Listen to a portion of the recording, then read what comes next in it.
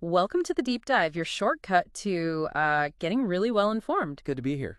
Today, we're diving into, a really fascinating sociological puzzle emerging from South Korea. Hmm. It asks this question: why do students, even ones who never really wanted to teach, end up preparing for national teacher exams, especially within certain physical education departments? Right. It's a specific context, but with broader implications, I think. Exactly. Our source here is a research paper. It's titled Commitment to National Secondary Teacher Selection and Employment Examination, an analysis of cultural mechanisms working at the Department of Physical Education. Quite a mouthful. It is. And the authors are Daehee Kim, Chewoon Park, and Sangwoo Nam from Chungnam National University. And our mission really is to unpack these powerful, often kind of invisible cultural forces. The ones that subtly steer career choices. Steer is a good word for it. Yeah, because this deep dive shows how a whole department, without any direct orders, can funnel students down a single path. It does this by defining success in a really narrow way through its culture. So it's not about rules necessarily, but about the atmosphere, the expectation. Precisely. It's about how the institution shapes what you even think is possible for yourself. Okay, let's get into it. The researchers point to two main cultural mechanisms pulling the strings here. The first one they call categorical focalization. Right. And what this means basically is, it's like the department operates with this mindset of no discussion, no other options considered. You are here to become a teacher, period. It's quite stark when you put it like that. It is. And the study gives concrete examples. Like, from day one, students get orientation slides, detailed schedules for exam prep, stories about alumni who succeeded. And success always means becoming a teacher. Always.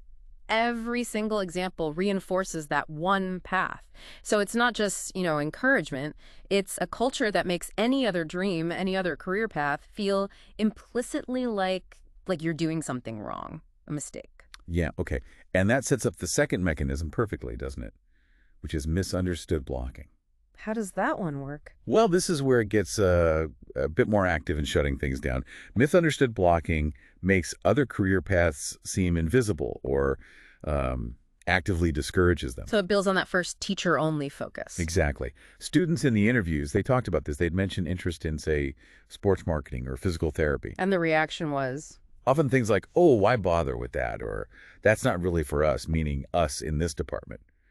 They were sometimes subtly, sometimes not so subtly, nudged away from things like double majoring or getting outside certifications, even applying to grad schools if it wasn't related to teaching PE. Wow, so even exploring is discouraged. Right. And think about the day-to-day. Even just casual chats in the hallways, people said they always seem to circle back to preparing for the teacher selection exam.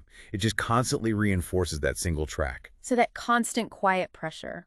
It leads students to kind of stop asking, what do I actually want? Mm-hmm. And instead, they just start aligning with, what does the department seem to want for me? It's powerful stuff. And the study makes a really crucial point here, doesn't it?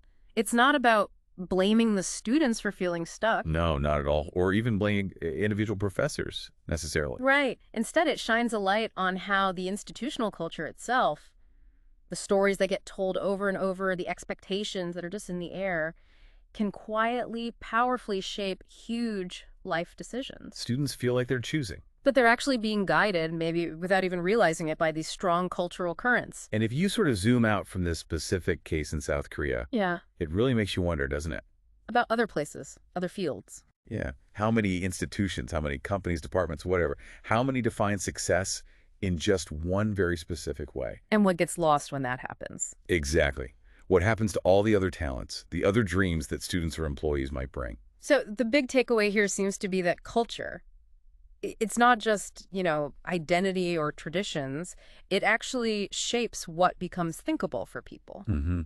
And just as importantly, what gets shut down before it even gets considered, it dictates the menu of options you see for your own future. A limited menu in this case. Very limited. Ah. So maybe something for you listening to think about is this.